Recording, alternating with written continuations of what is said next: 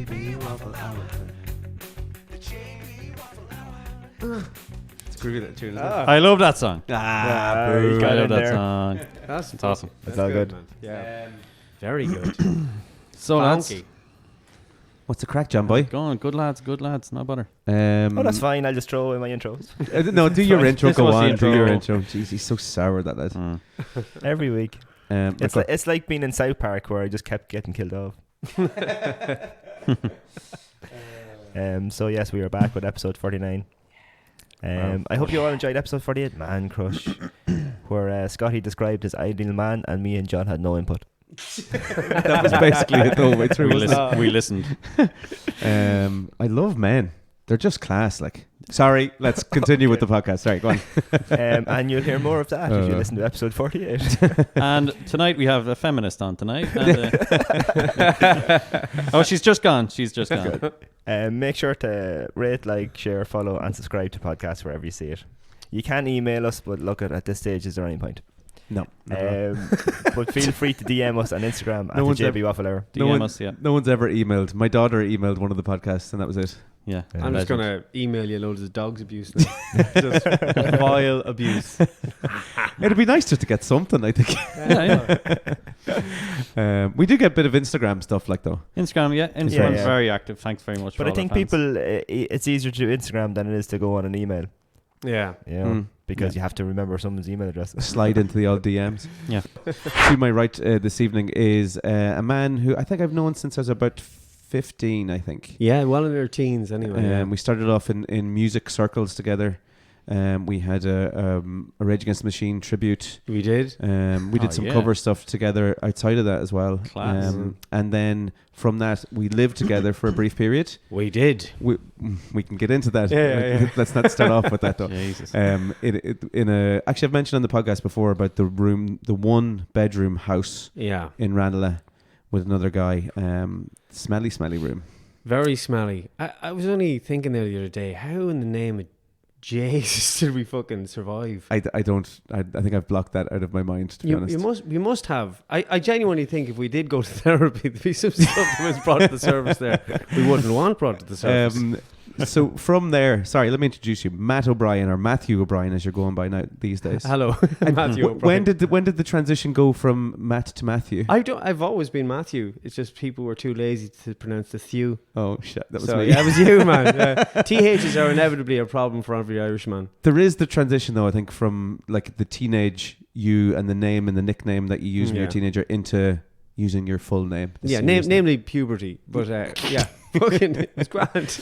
You'd address me by my proper title. You little bollocks. So your journey is long and storied. You've lots of ins and outs, but your profession is actor. Yeah, at the moment, yeah. I was just speaking to John there. I've done a lot of different odd jobs and sales and all that nonsense. But now it feels weird even saying you're an actor, like, because you don't.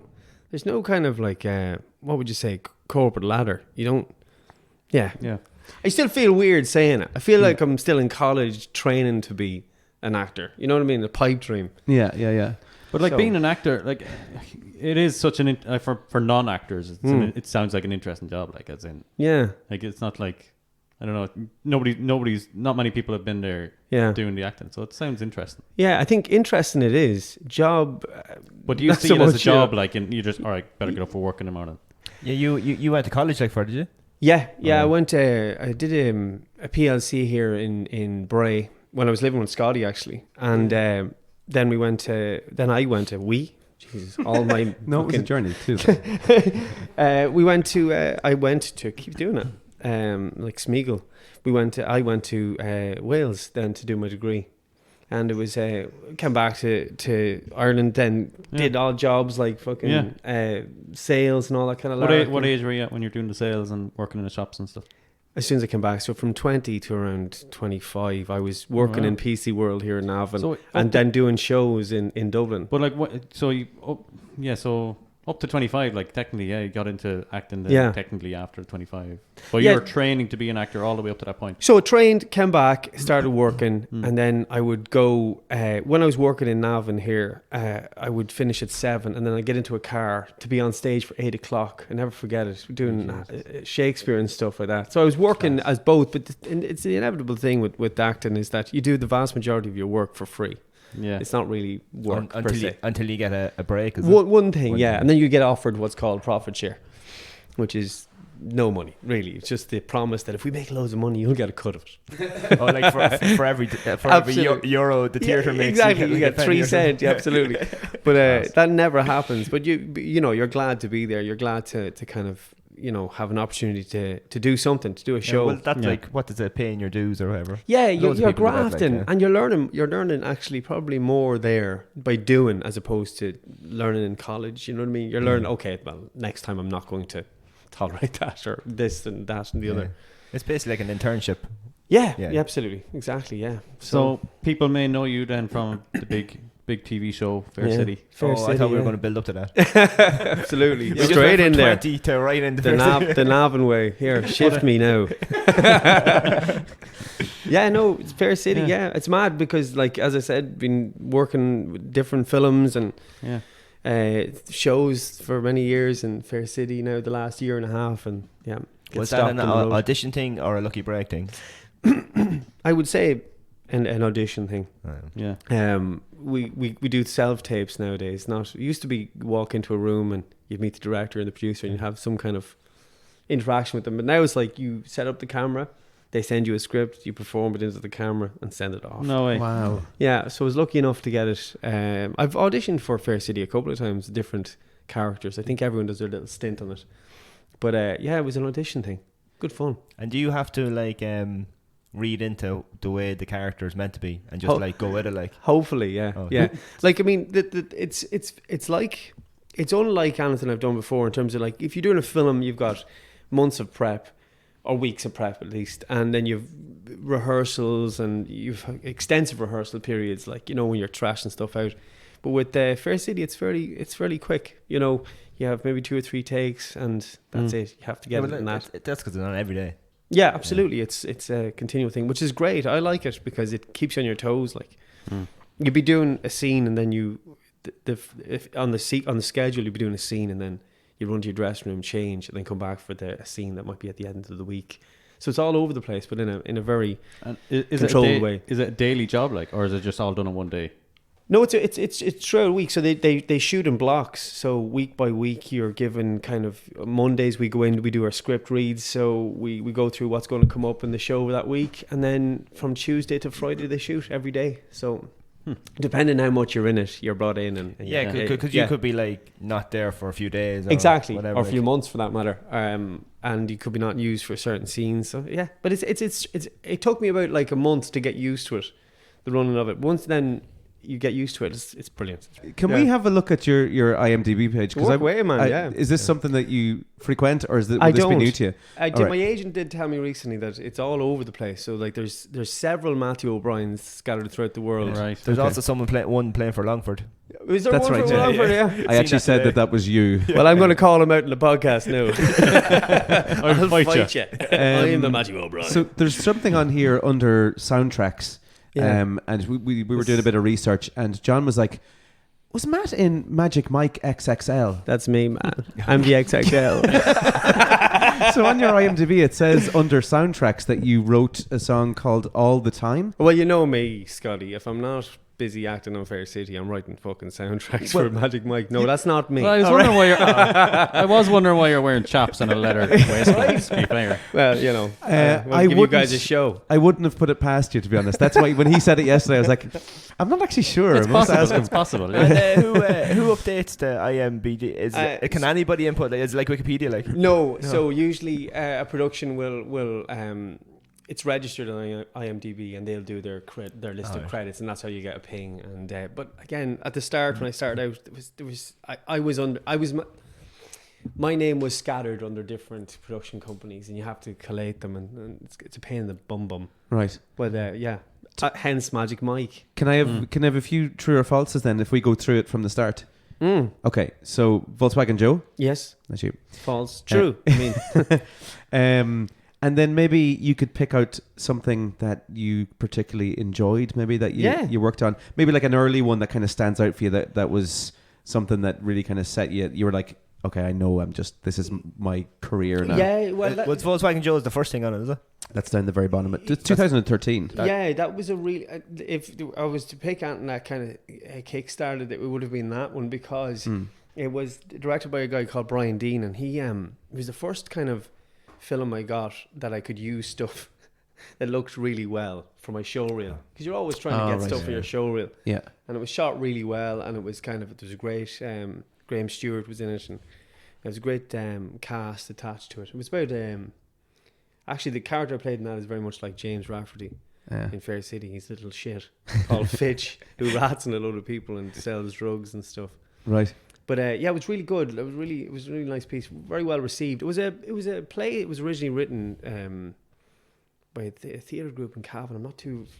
I can't remember the name of the writer, the original playwright, but it went down really well. And then the film did its rounds and was well received. And you done stuff before that, just that it was with like not great cameras, or you know yourself. The usual quality stuff. wasn't great. Yeah. You do it for like a few seconds just from a show reel, and then you look at it and go, I'll put that in the bin. And were you in college with anybody that like you'd be like, oh, that fucker done better than me? That did better than me. Yeah. No. They're doing diplomat. Obviously. I know that's a thing. Actually, it's weird because they're all on Welsh television. they're all on Welsh television. Yeah, comedy.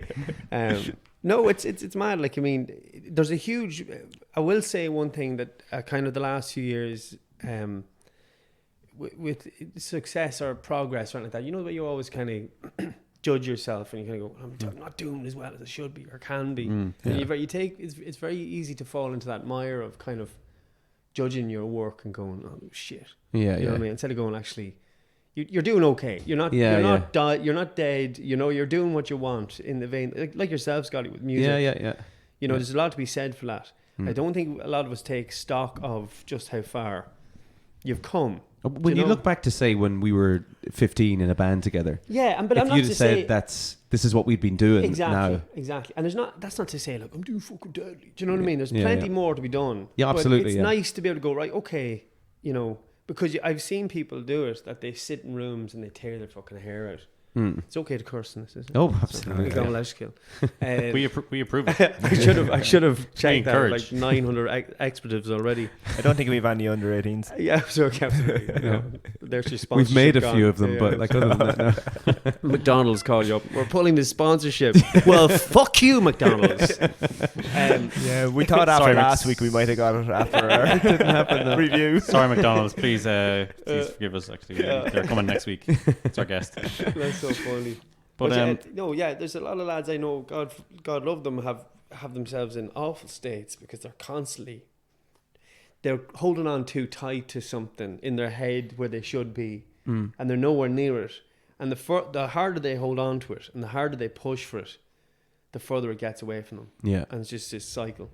What's that called? A positive feedback loop? You know, that kind of feedback loop. Yeah, feedback loop. And they're going through it, and it's horrible to see because I've seen a lot of people with exceptional amount of talent, kind of, you know, in particular males.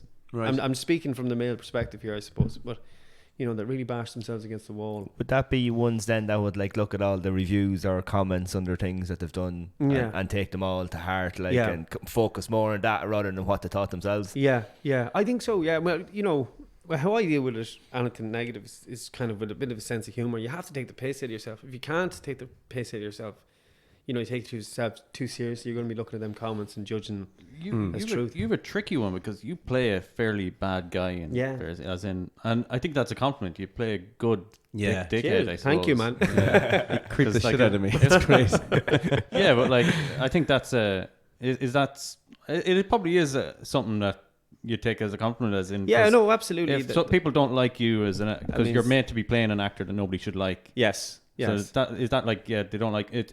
It's a kind of a mixed sword, isn't it? Yeah, no, it's exactly. Well, it's a great compliment, and with James, I suppose the truth is that there's a percentage of James that is me. Do you know what I mean? You're only accentuating all of those aspects of our own personality that we have. You know, I'm not saying I'm totally different to that. But yeah, I have to play him as well with empathy. So it's not just like fucking twiddling the mustache and walking in the street and spitting on children. But how do you? Which I did suggest. How do you empathize with that character? Well, what I did was I based that, not to wax too lyrical about it, but you know Commodus and Marcus Aurelius? Yeah. You know that? Yeah, that dynamic. That's what it is. You have the noble father who's good and seen as the benefactor of the community. Then you have the somewhat incompetent son. Yeah. But I do believe that, in particular in Irish society, with men and their fathers, there is a dynamic there that is kind of very, very exclusive to Ireland, whereby the son finds it very difficult to get through to the father and appreciated by the father. And there's that, like that friction is a very commonplace thing. So that's where my empathy comes for James. Right. You know, that he's fucking everything up. And he's not afraid to be vicious or volatile. But he didn't lick it off the floor. Yeah. And I'm looking at the father, and there's all that damage and kind of stuff. So that's where I'm coming from. That is life, isn't it? Like, very much so. A lot of lads would go down that route of life that their father would have wanted them to go, and or they're doing it now. They're doing it in spite of their father, and so it's I suppose that's what you're kind of relating and you're thinking of. And I've a great relationship with my father, but we're chalk and cheese. You know, my father's a mechanic, and I was like the head in the clouds actor and all this kind of nonsense. Do you know what I mean? I'm sure he's looking at me going, for fuck's sake. And do you have to switch, like, yeah, when just before you go on set, you have to like kind of close your eyes and go, I'm James now. I have to like Jack Nicholson there banging the walls off before he did the big scene. You know, I think all that's a load of bollocks, man. Yeah. Method acting. I've met people like that, and I've gone. You just go in and do just it. try acting. Just try speaking the words and truthfully. You know, and you can put the subtext then on top. Don't get me wrong, like certain scenes, like crying scenes and emotional scenes like that. You do all the Fair City actors have this attitude? Which now? All, like, in general, is that just a standard Irish thing? You just go in and act to be grand. Well, I mean, I can't speak for all of them, but I have come across Irish actors who take themselves exceptionally seriously.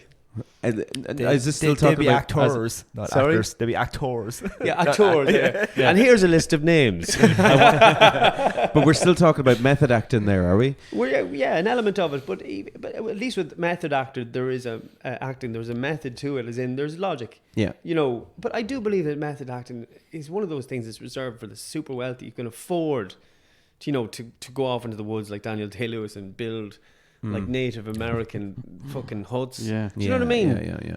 I don't have I could maybe ask RTE to fund my multi-million-dollar lifestyle. Lifestyle. Awesome. Yeah, they did give me a Tesla for the first block I was on. No I got way. to drive around Carrickstown. Class. I was like, this is worth more than I ever fucking have. Right? They just handed me the keys. They just go hop in that there. I was driving a little Ford Focus 04, like, no way, banging exhaust in the back, like, and then jumping into this Tesla, like, yeah, man, totally nice. And they give it to you to loan. They didn't give it to you for good. No, I mean, I wish, dude. I wish. That'd be great. That'd be really fucking cool. But yeah, that's the closest I've come to method acting. Driving a car around the set. Did you tweet Elon Musk now? And absolutely, yeah. It was class. The big screen and all. I was like, fuck, I could get used to this. But is there times that because you play a character that is a bit of a dick, like that it's things from real life that you've held back because obviously you can't be that way in real life, like. Well, bingo, that's it, Bertie. Like, that's the one thing I was touching on. Like, there's elements of James that are like are in me and also are in everybody. I think you know, Solzhenitsyn, what he said, the line between good and evil runs down the center of every man's heart. You're capable of all of these things, you know, and if you just are truthful with yourself about them. Like, we can all be jealous, we can all be vindictive, we can all be angry, you know, and in particular, I'm tapping into that male anger that potentially a lot of Irish men have when they're dealing with big questions in their mind. And I do think he's plagued somewhat, you know, especially if you're trying to impress your father all the time. That's something that just sticks with you. Do you know what I mean? Is there a hope in you that they write James around back into being like a good character? Well, yeah. I mean, I think there's room for redemption. and that's a thing that's as important as seeing a baddie. Yeah. You know, they want to see a baddie get a comeuppance. That's the one thing. Yeah. Get his just desserts, and then obviously you want some kind of redemption. I mean, the age-old thing with Vader in Star Wars. That's what I always loved about it. Yeah, you know, yeah. When Luke had him on the Death Star, you know. Yeah. The helmet comes off. I mean, it's class. I mean, I'm not sure. When I watch you on Fair City, I'm still seeing you, so I have a load of empathy for James. Okay, cool. You can do this, man. Come on, just get this one right. I know it's not you. Yeah. But I can't separate myself from there's Matthew. Sorry. All right, cool. There's Matthew, and I feel so much compassion for him. Like I just want him. Nice, I want him to win. Thank you, man. That's why I'm hoping for that arc to come back and a positive spin. Did you for know James. that it was going to be a long, like, was it a 2-episode thing, or was it actually that job was, well, we'll see where this fella goes? I couldn't tell you, to be honest with you. I was just very grateful. I came on at first, I was a sugar daddy, and it was just like the wealthy sugar daddy came on, so Juliette Mondo's daughter, and that was what it was. And then we got approached again to come back for this new storyline, which is property development. So you don't know the hour of the day, you know. You just kind of... Did they like introduce grateful. a new character and see where it fits in like Fair City or whatever show it is, or to see what kind of reception it gets, whether people are talking about them, and then a new storyline develops from it? Like, I couldn't say for sure. I'm sure they have an outline of what's going on, but there has to be some kind of feedback, I suppose, to what they're putting out there. Do you know what I mean? Yeah. And sometimes you like, for example, TV nowadays in particular, because it's so interactive. Like, you know, a season goes out or something, they can immediately gauge what the reaction is via Twitter and whatever response to a certain character, so they can make adjustments. Like I think Breaking Bad was a great example of that. Do you know what I mean? They adjusted the characters, did they? Yeah, ever so slightly. Like, I mean, not saying that they, you know, that was so expertly written. Show, yeah, it's fantastic. But it is a factor, no doubt, I would say. You know, but again, I can't say for 100% certain. But it's all about call and response with that kind of dynamic, and I can see it in the writing as well. When we made some decisions, even myself and Liam Carney, when we were working together, you can see that the writers are picking up on it, you know, or following that thread and that thread here, you know. Do you think they already have like like how far are writers ahead these days? Like, do they already know maybe a year's worth? Maybe again, but you guys don't know. I don't know. No, and that's, I'm not being facetious there. Genuinely, but like we're a month ahead now shooting. So what we're shooting now, what we're seeing right now was shot a month ago. Yeah. But yeah, in TV land, like a long storyline is maybe 2 months. Do you know what I mean? That's a long old haul. But I'm sure they have broad strokes. You know. Yeah, I think it's amazing the achievements you've made, like as in becoming an actor and getting cheers, on man. to, honestly, like I know it's absolutely brilliant though. Honestly, thanks, man. Really appreciate that. That's really nice of you. Because it is one of those industries that there's a small majority that actually do well. Ireland like, is it's so like being a small. professional footballer or whatever. Like, I it's such a suppose small window to try and do it. Like, I mean, even it makes me nervous hearing that, because I kind of go, I'm just eternally grateful for any opportunity that I have. Myself and Scotty, like even growing up in the town, you know, there was very little opportunity. And it sounds so cliche to say it, but there was nothing going on. Even the music that we used to play down there in Mary's. Yeah. You know, even the alternative music scene was like so out there. You know? Yeah. It'd be very easy to fall into something normal.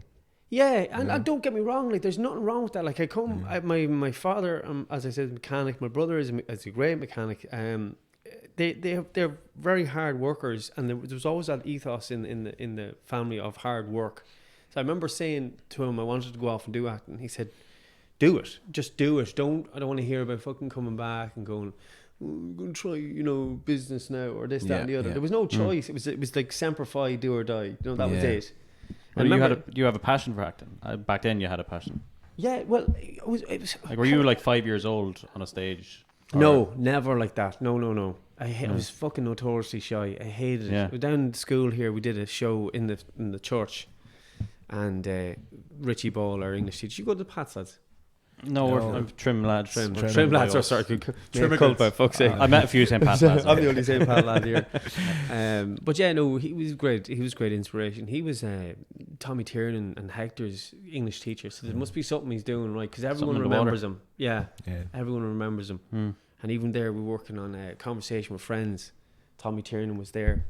he's in the show, and I said to him, I don't know if you remember, I said you were up here at the school one day, and you gave us all a big talk. You used to bring him in and stuff like that, which was cool, you know, because back then Tiernan was the big news too. He was a great comedian. Yeah. So, but no, notoriously shy. Liked me art, drawing and stuff like that. Then met Scotty. And that's where it all. Our other friend Gavin Lyons, very good friend of mine from Slane, and we just had that little clique of weirdos, you know, in the town. We were weirdos, long hair and all the rest. Did you have long hair? You did have long hair. Briefly, yeah. You always look really cool. I was like, fucking Sky looks deadly. I still do that. I still do that. He looks well, doesn't he? I'm losing it now, though, in fairness. And then we started the band with Scotty. We were kind of, I suppose that's where our entry level performance music. So that's what I'd say to you. Music was the first kind of entry into performing in front of people, like confidence and all that kind of stuff. Well, what was the deciding factor? Like, I want to go and try acting. What was the thing? Was it just because you have a love of like Star Wars? You love movies and you love film. Movies, dude. Like, I mean, my cousins next door to us, they had like my uncles had a video van back in the 80s. Oh, video van. Do you remember them? Yeah. They had a video van, and you're gonna have to explain what a video van is. One used to come around to the house. house. I'm gonna have to explain it. Is that, right? So it's what they got was a lorry, and they converted it, right? And they bought a bulk of fucking VHS from somewhere in the world. And they stuck them on the walls inside this big van, and they would go around the States in Navan and Drogheda, and the people would come out like the ice cream man. They'd go in, write down their name. It was like Extravision on wheels. Jeez. Class. Right? And they used to go around with that, and so that was my introduction to cinema. I used to go into that video van, and they'd have Everton and the worst piece of shit films you've ever seen. And I was like, you know, just this weird like encyclopedic knowledge of all these crap films, Bollywood stuff. And then you'd learn the flow of film, and you know, we all know it intrinsically. Like when you watch something, you know when it cuts to something or a flashback or anything like that. And my uncle had a little this like, I don't know what it was, Panasonic camera, massive yoke, and I remember robbing it and then just filming all my Star Wars toys. Just deadly. Then wanted to be a filmmaker. Right. Started with Music With You. Wanted to do. Remember when we used to do shows? Yeah. We used to do them on the stage down here in St Mary's and go, okay, what can we do? We open the curtains and have lights. We do the lights, you know. Other lads would just get up and start fucking playing the songs, go off, get pissed. Or be pissed, drink and fucking play. While we were doing it, And we wanted to do something different. Remember that? Yeah. And we're so limited. I sound like such an outlaw now, but I think like even the phones that we have in our pockets, like you can film. Yeah. Like the difference you can do, like, you know. Yeah. We had nothing. Genuinely but nothing. Then again, there's because that's so accessible. I mean that's everyone can do that. Yeah. So it's hard to kind of stick out. I think nowadays. Whereas back when we were doing the stuff down in Yamo and over there, like it was just no one was doing that type of stuff. So it did stand out. Like yeah. I remember playing in the boxing ring. Yeah, that was fucking deadly. It's brilliant. It's good days. And like I mean, I don't think there's anything like that nowadays. Actually, in the boxing ring. Yeah, boxing ring. In Yamo, class. And we used to when we did the Rage stuff, we used to literally bait ourselves around the stage, like, you know. Yeah. Most lads got up and just played pretty cool songs and stuff like that. But I was fucking pulling, you know, jumping off the stage and all like a wild man. Pure anarchy. Yeah, all attention seeking. Look at me. What? I thought it stood for something. Yeah, absolutely. Yeah, it meant nothing. You look like a fucking clown. Actually, well, you know, you ever think of like, if I could go back in time, you know, I'd change this, I'd do that, I'd do the other. I just love to go back in time and kick the fuck out of myself. I'd play properly and filming it. I think you did a good job, man. Right. I'm kicking the shit out of myself. No, just in being who you were cool. at that time. There was always, like, you always kind of stood out as being a guy that had kind of morals and standards and would stand up for things. Like there was something down here. You were doing something for, was it the Iraq War or something? Oh, that's right. Yeah, we did a protest for the Iraq War. You know, it's mad. I would have been in my youth very much of the left. Yeah. And I've just been completely disillusioned with the left. But I don't know if anyone here has any particular. I went straight into fucking politics there. That's a whole different podcast. I didn't even flirt. I didn't even fucking flirt. Just going in. What do you think of Trump? Sorry. They buy me dinner first. Everyone's faces all dropped. They're like, oh God, this is getting serious. No. We waffle that kind of podcast. No, that's not the genre. That's not the genre. Move on. Needless to say, I'm totally pro-war now. That's your gun. I'm not. I'm not. It's just it's amazing, like the idealism and stuff that you had as a youth, and you don't want to lose that. No. But the edges do get taken off it, after you read. You know, generally, start to kind of educate yourself about the world and stuff like that. But yeah, it was good. It was good. We did. I do still have morals. It just involves making money these days. Yeah, no, it's just you know, I would actually say I'm probably more open-minded now than I was then. Due to the experiences that you've had. Yeah, just you know, we all would be, I suppose. Yeah, I was very angry with the church for years. Yeah, very angry with it. Yeah, you know, since the scandals. Since you know the old bodies in a fucking septic tank. Oh yeah, you know that's a serious. But but the wisdom came then. I felt it was too easy to just go, fuck it all. But the harder thing is to actually go, well, hang on. There's wisdom there too. So it's about parsing out what is crap and what is, you know, completely obsolete and what is useful. That's where I would be kind of now with that. We're aging, I think, is what's happening. Aging, marching inevitably towards death. Yeah, that'll do it. I wouldn't mind a bit of religion, but I don't think the church is the way to go. No. Yeah, all right. Yeah. I have for anyone that gets comfort out of it. I've more than enough time for that. Like, I've nothing against anyone taking comfort for it, but again, like, it wouldn't be for me, I don't think. But I've no problem anyone going and getting something from it. I wouldn't put them down for it now, to be honest. No. And that's where I would have years ago. I would have been like, oh, you're a fucking idiot. You know, I can't believe you believe that. Now I'm like, okay, now shut the fuck up, Matt. Yeah, that's and your just leave opinion. Them, you know, absolutely. Do you ever? And we're going to get deep here, but do you ever think about that with religion? Okay, some of the views that you had when you were younger, they've changed. You may have had views that have radically changed up until this point now. Yeah.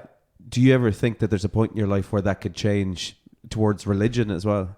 Oh, absolutely. Absolutely. Like, the fact is, I know nothing. I know nothing. Nothing. I would be Socrates. The only thing is that I know nothing. That's the perfect place to start. Absolutely. And another thing that I took, you know, I had this weird certainty with things that you just have to get rid of. And to be honest with you, I find it permeates a lot of the media that we consume as well, and creativity. There seems to be this dogma that the world should be a certain way, and everyone who doesn't agree with the way it should be is this, that, and the other. Yeah. That's hugely divisive. Yeah. And you can't actually be a creative person if you are dogmatic about anything. You know? Yeah. If you're certain of something, well then, you know, you are specific. You're setting yourself. You're painting yourself into a corner. Yeah. You know what I mean? Yeah. And I find it even like it's so. Even the characters that are written in movies and stuff that I watch them, it's like, this is just all recycled garbage. I don't see anything unique. Yeah. And then you have people who won't play a specific type of character because it clashes with their beliefs. And fair enough. I understand that to an extent, but at the same time, art is meant to represent everybody. Yeah, absolutely. You know, and if you're so certain that one demographic of society is the bad guys, excuse me, and that you're the good guys, well, then you really need to take a long look at yourself in the mirror. Yeah. Give us an example of what you think is missing in the movie world in terms of. Well, I'm totally against, I suppose, casting or stories that fulfill a brief, are written by committees. Right, and you can smell them. Everyone from a mile away can say, okay, well, I know that was written by a committee, you know. And you can address issues and you can address kind of bigger topics without being cliched and kind of, I don't know, there's, you know. But can you though in this world, like with social media and all that, like you can't, you know, there'll always be that gang. Oh yeah. Like they'll be more vocal than the people that don't care. Yeah. You know, so until the time comes where the people that don't care start to care about, you'll never have, like, the people that don't care don't comment on it. Well, the more people that are louder. Well, yeah, I agree. I totally agree with you. It's a small minority of loud people. Yeah. Not people from Louth. We don't talk about them.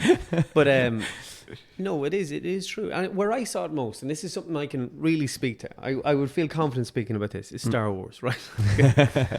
When episode 7, 8 and 9 came out, when 7 came out, I was so excited. And I saw this and I said, right, watched it. I was very excited about it. I thought episode 7 was fantastic as a standalone film when it first came out. Then I watched The Last Jedi.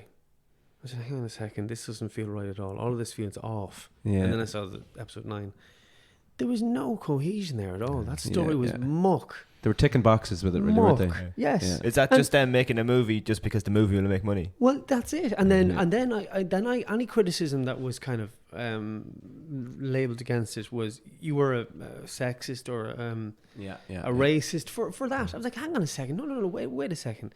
I'm coming from watching episode 4, 5, and 6, where we loved Princess Leia. She was fantastic. You know, one of the best female characters in any story, let alone sci-fi.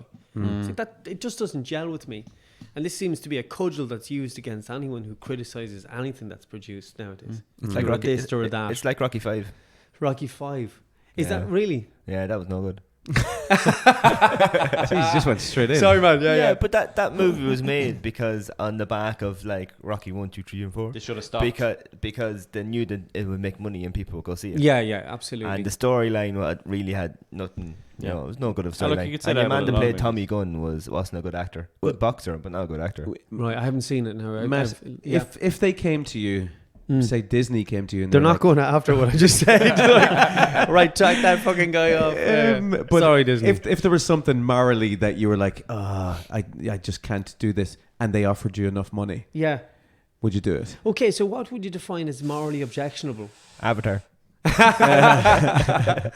Monetarily objectionable. Okay, well, not even ethically then. I guess something that was, say, ticking boxes. It was there purely just to make money off of all of the Disney loving kids. Let's say they made a new Star Wars that featured Hello Kitty. I would sign with my own blood. Yeah. But you know the type of thing where they have to have a certain demographic. Hypocrite. Yeah, no, I know what you mean. I know what you mean. I do know what you mean. Yeah, I know, and I'm just all I'm saying is that it's a difficult one to answer because I don't know until I see that. Yeah. Do you know what I mean? But all I would say is that I think film and music are inclusive to the max because they're creative ventures. There has never been, for me personally, any restriction on that, right? Yeah. I wouldn't go, you can't do it because you're X, Y, and Z. But it seems today that is a parameter that's been set by people to try and impose that mentality on other people. Like, it's never been a factor. Anything I've listened to, consumed, watched, listened, looked at, whatever, I've never once said, I don't like it because X, Y, and Z demographic are in it. But when that's pointed out to me all the time, then I go, well, hang on, I need to watch this because such and such is in it. And this represents this, that, and the other. And I can't like that because so-and-so like that and they're this, that, and the other. Yeah. It's like, fuck that. So stuff, would that push you more towards, say, if you got an offer of a small indie film then? Or a small indie, I don't know, is there indie TV shows? No. Okay. So indie films then. They may get made eventually, you know. But yeah, no, indie but if someone came along to you and said, okay, look, I have no budget. I love this story. Yeah. It's something that I'm passionate about. Will you be in it for nothing? Will you pay for me petrol? Yeah, I mean, look, I've done it before. I've done films for people that I worked with before for no money because you love the person and you love the story and you'll do it because it's a good piece of work. Yeah. And you will do it because you have to have that little element to it. As long as you can add it to your CV confidently. Precisely. That's it. Yeah. And if it's good, if it's going to end up good, then you're going to do it. Because you never know who's going to watch it. That was a genuine question, by the way. I have a script. Will you be in Will you, Scotty, anytime. Opening scene. 4 lads in a room. Billy Bollard. Microphones with yellow tips. So can we run through your... We're kind of getting... Shit, I thought he was bringing the script out now. No. No, I can't write for shit. We just run through your IMDb real quick. Can I go from the bottom? You wrote the intro for this show. Which? You wrote the intro that we just... Oh, the song? Yeah. Oh, yeah. Yeah, I can't write for shit. Well, I can write music, but not Peter. So, yeah, I'll just run through a few of them. So what you've got is what? Williamson's Way? Yeah. Control web series? That's right, yeah. What, 2015? That's still going? No, it's not. It was a once-off. They obviously didn't cap it. Right, okay. It's ad infinitum. It's going on forever. Short Pockets? Pockets, yeah. That was with Mary McAvoy. Do you remember Glen Rowe? Oh, I see. I recognise them. Yeah. You were sitting on like soap royalty. Yeah. You were sitting on the bench. Sitting on the bench, yeah. That conversation. Yeah. Oh, man. That's so lovely. I remember watching that clip. I was like, I can't believe he's sitting beside There's her. a scene there where they go, just improvise something there. Like the character's meant to be like in the throes of some kind of suicidal bint. Right? He's about to commit suicide.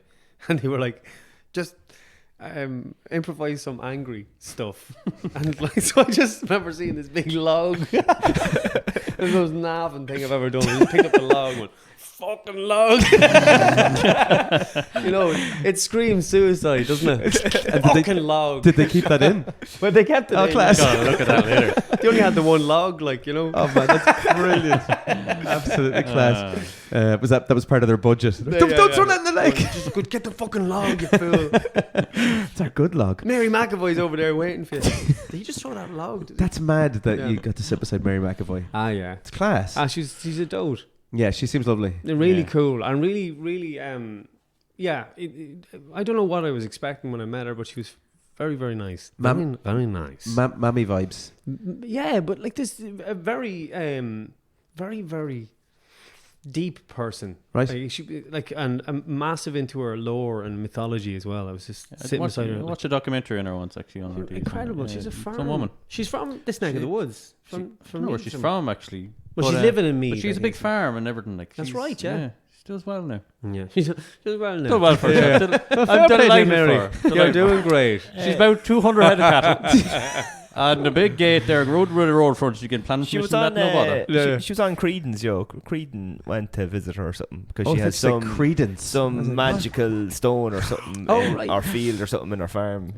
Yeah, no, it was mad. She's mad into that. She gave me a beautiful book on lunar phases and fairies. Okay, there we go. Was your daughter's called Luna? Luna, yeah. Anything to do with that? No, I just liked. I like the name Luna. Like it's a lovely name. I remember when you told me about the name Luna. I was like, do you like a that lovely one? name? Yeah, it is nice. Yeah, thanks, unique. Dude. Thanks, dude. You have two kids as well. I have two kids. Yeah. 4 and 7. Oh, good, good. I have a 5-year-old and a 2.5-year-old. Cool. Daddy. Yeah, well done. Well done. Well done. I'm pointing at his penis there. Oh man! So easiest job to get off the ground, but geez, it gets harder as the years go on, doesn't it? It's a slow burner, that one. About that. Yeah. Bumpy roads. All right, let's knock up a few more. The Thespians. Yeah, it was a web series. Blight. Yeah, it was a horror movie. Yeah. About spuds. Just me as a spud. I'm so going around killing diseased. You were in Ripper Street. Ripper Street, yeah. Constable Renshaw. I had a smashing spiv. That is class. Yeah, the accent. I didn't know about Ripper Street. How's your accent? No way. My British accent? Yeah. It's all right. You do a line. Do a line there. I'm doing now, like, you know what I mean? I fucking go, that was shit, man. We just cut that out. We cut that out. Yeah, he just did the line. We were after cutting it out. I was watching, who's it? Tom Hiddleston. Remember he was meant to do some Robert De Niro impression. Remember that? I seen it on Graham Norton. Yeah, and it was like, what the fuck is that, man? That wasn't Robert De Niro. But he did it in front of Robert De Niro, which is worse. Yeah, I would have shot myself. I'm liking the look of a family gathering. That's short. Oh yeah, tell me about that. A good friend of mine, Paul O'Brien, and he literally wrote that on a whim, and we filmed it in the car. We filmed it and recorded it in one day. I had the camera here. Was also acting in it. It was very tough. But we did it. So I was holding the shot, acting this way, trying to keep this completely. Anyway, yeah, it was an experience. I love you, Paul. That's a class one. I'm going to watch that one later on tonight. Red Election. Red Election is just out now on Disney Plus. No way. Yeah, just came out there recently. That's. I mean, only 2 episodes of that. Now, if you want to see a British accent, I'm going to look at that. Hop that out. It's on Disney Plus already. Yes. James Darcy. I'm only in it for fucking blinking and miss me, but still, James Darcy's in it. He does loads of stuff for Disney. Who's the most famous person you met? You've been dying to ask that since he walked in. Yeah. I literally, it's the only reason I came here. I think it would be Colin Farrell. Like we worked with. In all anyways. Huh? In all anyways. Yeah. He was in The Lobster. We did The Lobster down in 2014. 14, and it was a week-long shoot, and we were in the woods in Kerry with him and Rachel Weisz and Léa Seydoux and Michael Smiley. Do you ever see Spaced? Yeah. Remember Wheels? It's a TV show. Yeah, that's right. It's him. Brilliant. He's a fucking legend. and he just did a podcast there, An Irishman Abroad. Oh, and he was very good, very interesting. Yeah. Was he? Did he have a Belfast accent? Very much so. Oh yeah, okay, yeah, I remember him. Yeah, very much from the north. Yeah, lovely guy. But Colin Farrell was lovely. That director, Yorgos Lanthimos, who did The Lobster, his films are way out there. Yeah, he did a great film called Dogtooth. Right. As well. Have you ever and the one on Disney Plus, like, where did you go to record that? That was shot in Dublin. Oh. In Dublin, yeah. And is the food for Disney Plus better than RTE food? Yeah. don't put down RTE live in the podcast. Yeah. The food for what, Disney Plus? Yeah. Well, do you like walk on set? You think, this is Disney Plus. Disney Plus. Mickey Mouse walking around the place. You like your food? Huh? He's the chef. Minnie in there cooking. Like, yeah, you get your bare minimum. You get your little kind of ticket, and you go up to Mickey, and he just gives you. He just goes fucking. Do you know, Mickey, your name is mad fucking popular in Ireland. What Mickey means... There's big Mickey up there handing out the food. No, in fairness, though, he's a wonderful animated character. He doesn't listen to the show. Doesn't he? Yeah. I got you.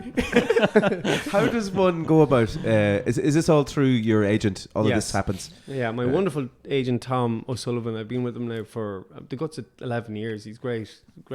And he's constantly just on your side farming stuff out and be like, I want him for this, want him for this. Yeah, we have a great relationship. Like, I don't know, it's weird. It's symbiotic, obviously. It's mutually assured destruction and benefit. You know, it's good. He's great. He's really good. Yeah, I really highly recommend him. And he's got a stable of actors that he works with, obviously, does it? I like that. Yeah, like horses. Yeah. I was going to make a bad joke. No, feel free. I won't. There's always bad jokes on this podcast. No, better than that. There's been worse. There's been worse stuff on this. Yeah. Very good. Okay, so that brings us back then, obviously, up to Fair City days. Yes. The call came for that. Where were you? What do you remember about getting that call saying you were going to be on Fair City? Oh, I just remember playing with the kids. Like, you know yourself, you're always fucking doing something with them. And then I just got the call. And, you know, any work is good work. But then to get something relatively consistent for a period, any short period, was a relief, you know? Yeah. A massive gratitude, you know? That's the one thing I have to say. I'm very grateful of everything because, you know, it's just... Yeah, thank God, or whoever the hell is looking after me. Yeah, it's a huge achievement. Because you've done those jobs as well, where it's not as fun. You can understand. Yes, how, yes. You know, that's the fucking thing. Remember, you'd be there giving out. Like, remember myself and Gav used to work here at McDonald's. Gav used to play bass with us, and we used to. And interestingly enough, it was one of the fondest years. You know that scene in American Beauty where he talks about like flipping burgers all summer to buy an 8-track. Yeah, and he goes, "Oh, that must have been shit." And he goes, no, it's the best. I know it's Kevin Spacey we're talking here. Yes. What do you think of Kevin Spacey? Trying to do it. Great lad. Good lad. But I shouldn't laugh about that. But I just fucking scandal. did. We need scandal. We're looking for scandal for the podcast anyway. So we need just we're going to voice clip your whatever line is. Great. Kevin Smith is great lad. But I do remember working there, and it was fucking one of the best summers. And then playing with you, then we'd go out and play gigs, and you know that was a gig, that was a job in McDonald's. So I have as fond of memories of that as doing anything I've done. You know, working with films and stuff like that. It's that time, you know the name. It's the reason we all came. Find the words that are the same. It's that time to play the waffle game. So it's not skill based whatsoever. Cool. No, it's hell on earth. So we're going to be good. Do you want to go first, Scotty? I'll go first. Okay, that's fine. Do you want A, B, or C? Yeah, we're not going to shoot for it this week. So give me C. Why not? So C for Scotty. What? Fucking hell, man. Oh, man. John, I have 30 seconds for me. I do have 30 seconds. It's coming right up. The Leave Insert episode was hilarious. Okay, I'm ready when you are. Scotty. All right. In 30 seconds, can you name 5 Scottish cities? Oh, Jesus. Glasgow, Edinburgh, Fife. That's not a city. All right. Okay. Is that a town? No, it's an area. So I found out today. Okay. What did I say? Edinburgh, Glasgow, Partick? Is Is that a town? Jesus. I thought it only had 2 cities. I'm just That's a it's deep just dive. football teams. Where are Hearts from? Fuck. 3, 2, I'm not going to get any more. 1. Hearts are from Edinburgh, yeah. Hearts Oh, and they are? Hibernian are the city rivals. Oh, Hibernian. Kilmarnock. Oh my god. You don't have to. I mean, I was impressed. With even that. No, I it's actually thought horrible. Fife was a city as well, to be fair. Yeah. So what's it? It's just like a county, is it? Yeah, it's like an area apparently. It's a banana company. Because I googled it. God. Matt. Yeah, whatever, man. A or B? B. B for Matthew. Bay. That was the most Navan B ever. Yeah. Okay, John, you're on the 30 seconds again, yeah? Ready to go. Okay. Matt, can you name in 30 seconds Robbie Downey Jr. movies? Iron Man. Sherlock Holmes. How many do I have to answer? 5. 5.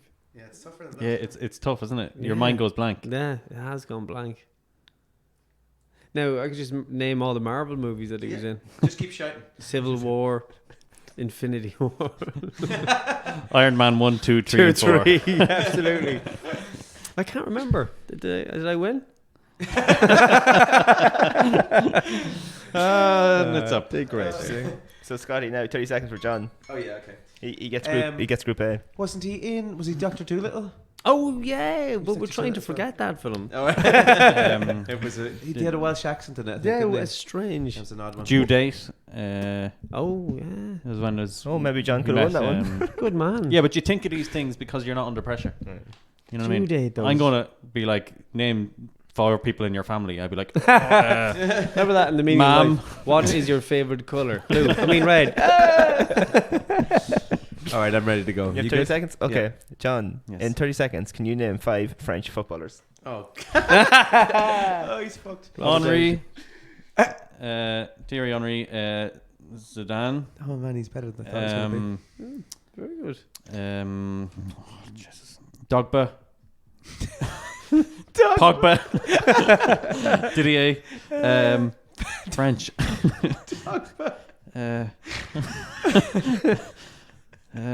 Paris. Who's from Paris? Time's up. Football, for God's sake, Bertie. You know who I am. That's just how the cookie crumbles. I would have loved that one actually. That one. Eric Cantona. No, that's time up. Eric Cantona. Very good. I remember him. Yeah, He kicked the lad in the head. kicked some guy in the Didn't he? face. What was that over? He was just giving him dogs abuse and just Your, booed ma- him. your man was shouting at him from the crowd. You're after fucking everything up, lads. Because Oh no! as usual, Three-way tie. I don't have a tiebreaker. It's a tie. No. I was like, oh, there's 3 in this night. It's definitely not going to be a tiebreaker. Is it a 3-way tie? It is. No way. He's all got 2. No. Class. But I won 3 answers. If I Yeah, just got yeah, Eric okay. Cantona in time, I would have won. No, you would not have. Eric Cantona's French, no? It He is, yeah. He wasn't on his list though. Okay, French footballers: Zinedine Zidane, Thierry Oh. Henry, Carmen Benzema, Kylian Mbappe, and Didier Deschamps. Oh, Didier, I knew it. Ah. I said Didier. Yeah, You didn't get a surname though. no. That was your wild card. I would have Didier. taken surname and not first name. I should but have I'm got not taking first name. half a point at least. Okay, Group B: Robbie Downey Jr. movies. I couldn't put in all the Avengers and Iron Man, right? Yeah, I know, So yeah, I just have Avengers. Yeah. Due date was on it. Sherlock Holmes, Tropic Thunder, and Doolittle. Oh, Tropic Thunder, man. How could we forget that? What That was did you a great think of his movie. performance in Tropic I Thunder? thought it was fantastic. It was Fantastic. You could not Absolutely. make that movie now. No, you No, just couldn't. It you was really really couldn't. funny. And then the Scottish cities was Edinburgh, Glasgow, Inverness, Falkirk, and Dundee. Inverness. Dundee, Dundee, yeah. No, the new. There you Great. There you go. Well, yeah, we're not going to do a tiebreak, No. are we? Okay, all right, okay. Did We're you all winners. Did you have any news? So you know the little Prince, is it Prince George? Yeah, Prince Yeah. George, who is William's son. Yes. All right, so he's 9 at the moment, and apparently Prince George is already using the throne to settle playground arguments in school. He was caught saying to one of his rivals, "My dad is going to be king someday, so you better watch out." Oh wow. Fucking right. Isn't that amazing? If you can do it, why not? Exactly. Well, no one, you're not going to get the opportunity is he allowed otherwise. to wear trousers yet? Is he always wearing shorts? Yeah, they have to. Oh, Oh, what is really? that, man? Yeah, Why? there's something to do with the Royal royal knees. family and the boys wear shorts to a certain age. Boys. No Don't way. wear trousers. Yeah, look at all the photos. That's Wear interesting. No shorts. thanks. Yeah. I'm not going to Google 9-year-old pictures. My last They got you the old 9-year-old short Google search. I have two little shout outs to do. One is a guy called Damien Brown. Did you hear about him? Oh yeah, He rode from America to Ireland. Leicester. Jesus Christ! In 112 days. Yes, in the boat. Unbelievable. Yes. And he crashed it in Galway. Yeah, he crashed it off. Hungry side of it. But unbelievable effort there from him. And then my last shout out is to Keith Peppard from Trim. I was at a football match at Boy there last week, and he came rocking up and he was like, "Love the podcast." And for a second I was looking at him, I was going, who is this? And I was like, "Oh, Keith, how are you keeping?" So he was saying he's listening to the podcast. He's one of 254. Shut up, not our numbers. Thanks, Keith. Thanks, So yeah, there you go. Yeah. Will we go with the old shell bombs and then finish off? I heard a quote. Robbie Kennedy. I do know Robert Kennedy. The guy Robbie Kennedy is one of our friends, but he's like a legendary guy. We're talking about the No, Kennedys in the US. No, a guy from Trim. Right, good Kamalash kill. But he'd be bigger than them Kennedys. But physically, you know. Oh, like physically. so. There's a quote like there's about Rob. We say a quote about Robbie Kennedy because he's such a legend every week. Like so, Yeah, like, he's our Chuck Norris, basically. he's our Chuck Norris. Right. I only heard last week that he can speak Braille. He can. Because honestly, That's a good one. He's absolutely brilliant at whatever he does. Oh, By Robbie. I like that. Yeah, he does. That's We what do he love a learned. good Robbie Kennedy reference. All right, here's my my shell bomb. Do you have a shell bomb? I have a story. Of course you do. Go on. It's just the way the world has gone. Right. So John is Story. probably going to look this up now and find that it was fake. I'm going to doubt this. Like the polar bear thing. I So already do. there's a restaurant and a CCTV camera footage, Shit. and I think it was in Brazil. It wasn't me. And Oh, it was they in were- Brazil. Okay. They were all down having their lunch or whatever, and these people were out for a run, and they ran by the coffee shop, and everybody's like, "Holy fuck, what's going on?" And everybody just got up and ran after them. The whole coffee shop, thinking like some No. shit was going down. That's amazing. And they're with the headphones just stalking along, and everybody ran after them. It's just amazing the way the world you live in now, that people don't even think, "What? Yeah. Why are they running?" No, they Yeah. just got up and gone. Bertie, do you remember COVID? There's the controversy we've been looking for. We have to put a little tick on the thing there to say we talked about COVID. False That was information. one thing we didn't bring up, like what was acting like over COVID. You have to do scenes totally separate from each other. Yeah, we Yeah, had to do this mad. weird thing. Like we had, yeah. Well, they did shut down for a little while, did they? It did. It actually kept going, but Oh. they had obviously they had to keep very strict Like regulations. a mask on. Do your line. Mask on. Yeah, you had to rehearse with a mask on, and then you take. And did the camera people try and make it look like you were closer together? Yes, yeah, false Wow. perspective and stuff like that, like Lord of the Rings with the hobbits and Gandalf. He looks tiny. Kiss me, darling. Oh man, yeah. Mondo actually does look about 4 foot smaller than everyone else. Oh, So really? That's Right. forced perspective, is it? Okay, so here's my shell bomb for today. So the number 4 is designated as the black hole number. Do you ever know about this? Oh. All right. Okay. So think of any word, name, thing, etc. For example, the word mathematics has 11 letters. Right. Now 11 in turn has 6 letters. Right. Oh, yeah. 6 has 3 letters. 3 has 5 letters. And 5 has 4 letters. How many letters does 4 have? 4. Yeah. So if you do that with anything, any word, it'll always lead you back to this Wow. this loop of the number 4 Infinite being the loop. only one that goes into itself. Oh. Isn't that mad? So any word, you just word. reduce it down to Just keeps coming back to the number 4. There you go, man. Wow. Shell bombs.